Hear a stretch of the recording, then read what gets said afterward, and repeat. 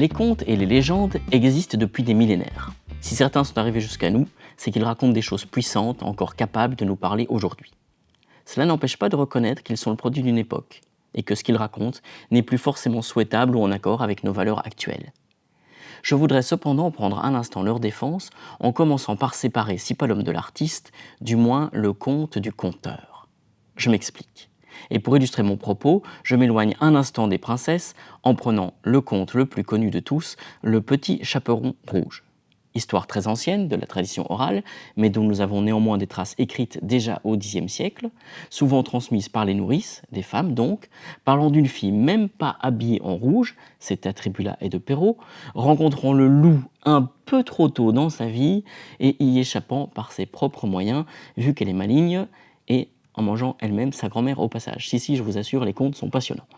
Donc ça, c'est le conte, l'histoire. Mais viennent ensuite les conteurs. Enfin, ici en l'occurrence des écrivains, puisque je ne peux parler que ce dont nous avons des traces tangibles. Ceux qui, tout en fixant l'histoire par l'écrit, vont aussi l'adapter, la figer, selon leur vision toute personnelle, et qui correspond le plus souvent à la vision de leur époque. Perrault, donc, XVIIe siècle, ne laissera plus s'échapper la jeune fille. Non seulement le loup la consomme, mais en plus l'écrivain, contemporain de La Fontaine, y va de sa petite morale. On voit ici que de jeunes enfants, surtout de jeunes filles belles, bien faites et gentilles, font très mal d'écouter toutes sortes de gens, et que ce n'est pas chose étrange s'il en est temps que le loup mange. Non mais t'as vu un peu comment elle était habillée aussi? Rouge quoi, c'est hyper voyant. Bref, de quoi bien faire passer le message que les filles feraient mieux de rester à la maison. Les frères Grimm ensuite, 19e, mangeaient aussi.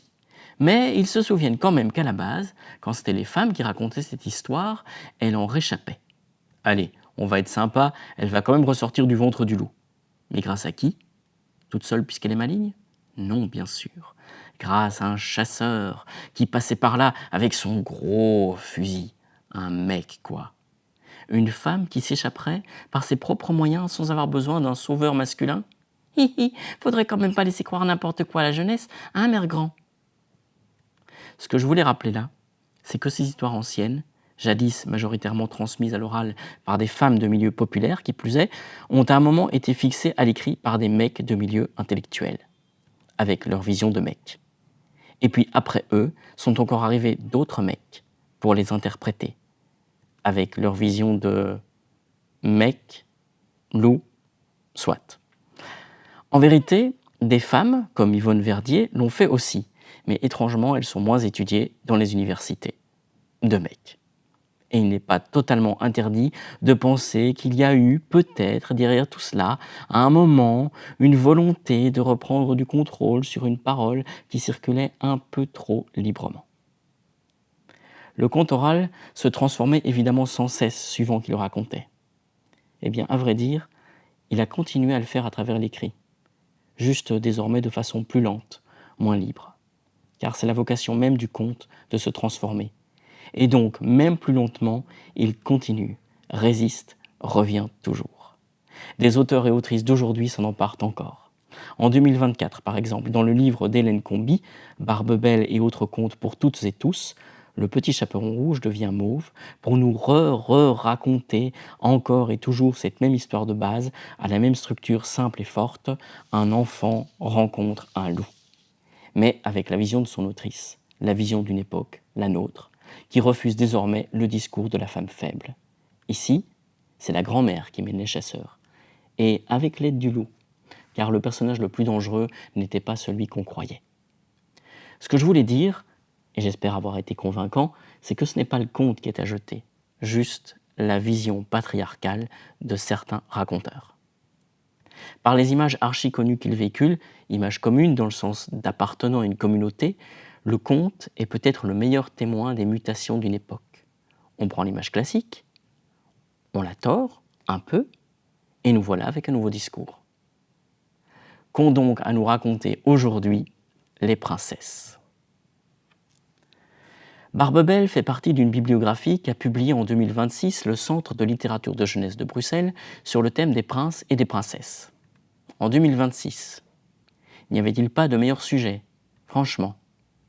Ces histoires de femmes si belles et si douces qui attendent dans leur tour qu'un mâle si fort et si courageux vienne les sauver pour pouvoir accomplir le but ultime de toute femme respectable, se marier et enfanter. Le ton est ironique, je préfère préciser. Pourquoi cette bibliographie? Les contes ont marqué nos esprits, particulièrement depuis 1937 et le succès international du premier long-métrage animé de Walt Disney, Blanche-Neige et les Sept Nains. Historiquement, il faut savoir que Disney a pas mal œuvré pour le renouveau du conte. Ceci n'était plus tellement au goût du jour avant qu'il ne s'en empare, et il s'en est bien sûr emparé avec sa vision personnelle de conteur-raconteur. Il part de la version des frères Grimm, mais opère des choix. D'une enfant de 7 ans chez Grimm, on passe chez lui à une adolescente en quête d'amour. Un jour, nanana. Puis quelques choix esthétiques. Plutôt que de devoir ramener ses poumons et son foie, le chasseur devra désormais ramener son cœur. Disney tente par tous les moyens d'en faire une histoire d'amour romantique, ce que cette histoire n'est pas au départ. Chez Grimm, Blanche-Neige se réveille de son coma en recrachant in extremis le morceau de pomme coincé dans sa gorge lorsque les nains font maladroitement tomber le cercueil par terre. C'est Disney seul qui décide qu'il sera plus glamour que le prince la réveille en l'embrassant. Ce qui en 1937 ne choque probablement à peu près personne, l'idée de consentement telle qu'on l'entend aujourd'hui ne commençant à circuler qu'à partir des années 60 pour n'être entendue que bien plus tard, et partiellement seulement, avec le hashtag MeToo en 2017, soit exactement 80 ans après le film de Disney. Culture de son époque encore, la Blanche-Neige de Disney fait le ménage chez les nains d'elle-même, avec joie et dévouement, sans que personne ne le lui demande, comme si c'était dans sa nature de femme. Voilà pourquoi le Centre de littérature de jeunesse de Bruxelles a souhaité remettre le texte de Grimm dans cette bibliographie. Simplement pour rappeler que la version de Disney qui nous a tant marqué diffère, pouvoir comparer, confronter. Et c'est tout l'objet de cette bibliographie en général, témoigner d'une vision qui évolue.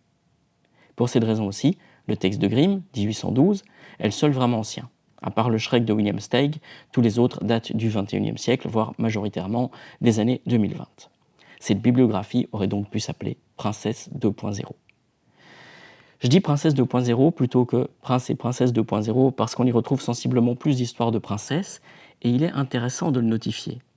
Quand des parents arrivent en bibliothèque ou en librairie, ils réclament des histoires avec des princesses, rarement des histoires de princes. Et ai-je besoin de préciser que je parle là de parents d'enfants genrés au féminin. Les parents de garçons, ou assimilés comme tels, vont plutôt demander des histoires de chevaliers. Et on va voir tout de suite comment, même si dans l'imagerie le prince et le chevalier sont probablement bien le même personnage, la différence de vocabulaire utilisée par les demandeurs n'est peut-être pas si anodine. Dans les contes, lors de sa quête, le prince est bien un guerrier, en armure et armé. Ou tout du moins, a-t-il un rapport avec l'armée qu'il en dirige une ou non, un aspect militaire. Ce qui indique déjà ceci. Prince, vous allez devoir vous battre, devoir souffrir, ça va saigner. Le prince est mobile aussi, le plus souvent à cheval, là où la princesse, ou aspirante princesse, avant le XXIe siècle, est le plus souvent statique, au foyer. Elle attend le prince, le sauveur, faible, conquise par le fort. Contrairement au prince, elle n'a pas forcément besoin d'être active pour être pleinement princesse. Le fait d'attendre le prince suffit à lui conférer son statut. Selon ce schéma, on pourrait dire que la princesse est définie par le prince, elle n'existe pas sans lui. Là où le prince, lui, se définit avant tout par ses actions chevaleresques, par son courage, bien avant de rencontrer la princesse ou de l'obtenir en trophée. Comme le dit Pauline Armange dans son livre « Moi les hommes je les déteste », ouvrez les guillemets, on apprend aux enfants, dès le plus jeune âge, qu'être sans amoureux ou amoureuse, c'est presque grave. Heureusement, on leur fait aussi comprendre qu'elles ont le temps, mais jamais on ne leur donne l'option de ne pas vouloir d'amoureux ou d'amoureuse. Chez les filles, c'est renforcé par une armada de clichés et d'injonctions véhiculés par les médias qu'elles absorbent, depuis la princesse endormie qui attend le baiser d'un prince pour se mettre à vivre, jusqu'à la méchante sorcière esseulée qui dévore les enfants des autres. Les garçons, eux, grandissent avec une vision plus nuancée, grâce à un imaginaire peuplé de héros solitaires qui accomplissent de grandes choses, qui ont même parfois des super-pouvoirs. Le message à la base est à peu près le même, mais les garçons ont plus d'opportunités de développer d'autres possibles. Ils sont moins circonscrits à une projection d'eux-mêmes dans une solitude ultra déprimante et inerte parce que leur valeur intrinsèque n'est pas conditionnée par celle de leur copine ou de leur femme. Ils sont aussi encouragés à être acteurs de cette vie agitée, à se saisir à bras-le-corps de leurs rêves, à tout donner pour gravir des montagnes. Les petites filles, elles, attendent le prince charmant. Fermez les guillemets. Un parent qui demande spécifiquement une histoire de princesse demande une histoire traitant de mariage, de maison-château, de « ils vécurent heureux et eurent beaucoup d'enfants ». Un parent qui demande une histoire de prince aka chevalier demande, lui, une histoire de combattant. Après, il suffit de lire La volonté de changer de Bell Hooks ou quelques autres pour se rendre compte très vite que la vision patriarcale ainsi entretenue a des conséquences délétères aussi sur les garçons. Donc, on pourrait simplifier en pensant qu'au fond, prince égale garçon et princesse égale fille. Mais cela va un cran plus loin que cela. Sinon, les auteurs auraient pu se contenter d'écrire des histoires de garçons et de filles, il en existe plein. Or, les auteurs réunis dans cette bibliographie ont bien choisi d'écrire des histoires de princes et de princesses. Prince, dans une histoire, ne signifie pas seulement garçon, mais bien ce qui est attendu d'un garçon. Tout comme princesse signifie en vérité ce qui est attendu d'une fille au sein de notre société. C'est-à-dire, encore bien trop souvent, que les femmes se chargent du care, du soin de façon générale, et que les hommes acceptent de servir de chair à canon. Voilà pourquoi les auteurs d'aujourd'hui, et le Centre de littérature de jeunesse à leur suite, trouvent pertinent de s'emparer encore en 2026 de ces antiques personnages. Ce que vient ouvertement questionner cette bibliographie, c'est qu'est-il attendu des genres dits féminins et masculins au XXIe siècle? On s'étonnera moins tout à coup que les livres groupés traitent à ce point de sous-questions engagées telles que l'homosexualité, l'expression de genre, la sororité, la mobilité, le droit au célibat ou à celui d'être tout simplement badass. Et pour les garçons plus spécifiquement, le droit de ne pas manier les armes ou encore de se montrer lâche par moments. Je vous laisse les découvrir par vous-même, cette bibliographie est là pour ça, voir le lien en commentaire. Je voudrais juste terminer et enfoncer le clou en prenant le temps d'en analyser deux aux apparences toutes simples. Je commence par vous lire Mon carrosse de Séverine Huguet. Ça, c'est mon carrosse. Il est joli, mais d'une autre couleur, ce sera mieux. Avec de grosses roues pour rouler dans la boue. Une grande fenêtre à l'avant et une bonne lumière pour y voir clair. Un gros klaxon, évidemment. Encore quelques ajustements. En avant. Voilà. Analyse à présent. Déjà, le titre, ça bave. Séverine Huguet reprend l'esthétique du graffiti, le tag, langage associé à celleux qui s'emparent d'une portion de l'espace public pour s'y exprimer alors qu'on ne leur en laissait pas officiellement la place. Le carrosse est joli, reconnaît la princesse. Le cheval, avec sa plume sur la tête, très digne, participe au décorum. Et puis, il y a un escargot aussi. Si cet être lent est là, comme le reste, c'est que l'illustratrice l'y a mis. Peu de choses sont là par hasard dans un livre. D'une autre couleur, ce sera mieux. Classique opposition rose-bleu et son sous-entendu symbolique fille-garçon, le cheval ouvre un œil. Notons que le carrosse n'est pas encore entièrement peint lorsqu'elle place les roues. Lorsqu'on ne fait pas dans l'ordre, ça s'appelle le désordre. Et tout va dans ce sens dans cette page. Le côté à moitié peint accentue la coulure, le sali, le désinvolte, le texte évoque la boue, la robe est tachée, la coiffure se relâche, laissant apparaître ça et là des mèches rebelles. Je ne peux pas m'empêcher de constater un certain non-respect du cheval, et s'il représente bien l'apparat, alors on peut y voir peut-être une volonté de choquer, de bousculer l'ordre établi, les valeurs en place, la bienséance. Le cheval n'a pas l'air content, l'escargot est choqué. Elle ôte ses chaussures, symbolique du sauvage. Elle regarde par la vitre quelle place, voir le monde avec d'autres lunettes, un point de vue neuf. Le décorum affiche son mépris, le lent escargot s'intéresse à la chaussure, voudrait-il récupérer ce qui est abandonné, ce qu'on laisse tomber? Les choses prennent toujours du temps à changer. Elle place une lumière moderne. Le cheval est un ancien modèle à contre-cœur, ou alors parce qu'il est hostile à l'idée même de lumière. Lumière pour y voir clair, dit le texte. Cette fille-là fait du bruit, cherche à s'imposer, et visiblement, cela fait peur à la lenteur escargot et au décorum cheval. Encore quelques ajustements, le cheval finit par être viré totalement, on va de l'avant, en avant, carrément, on s'élève. La société en reste toute paf, et ce qui reste là, la clé plate, c'est la preuve d'un travail. Le changement n'arrive pas sans que l'on se retrousse les manches et mette les mains dans le cambouis. Les princesses aussi savent changer une roue, nous dit la 4e de couverture. Et si l'on s'accorde à dire que la roue est une des très grandes mais vieilles découvertes de l'humanité, force est de constater que la roue tourne, comme le vent, pour de nouvelles révolutions. La collection ne s'appelle pas Badaboum pour rien, il s'agit de faire tomber quelque chose, tomber un système, une révolution, une révolte. Voilà. Et cette envie d'en découdre, on la retrouve aussi dans le Sissi de Sarah Chevaux.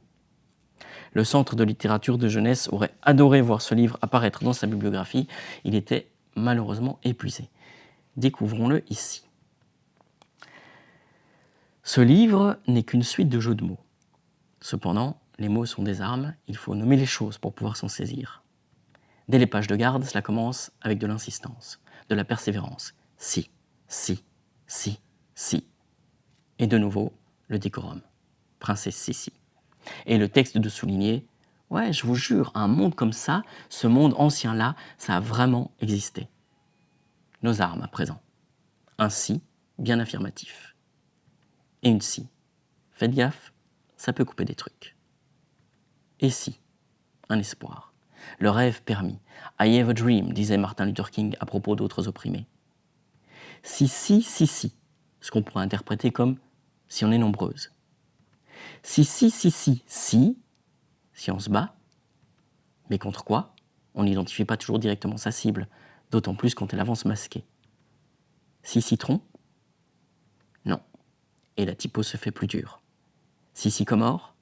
Non, non, non et non. On n'y est pas encore. Puis, si, idée de génie. Bam.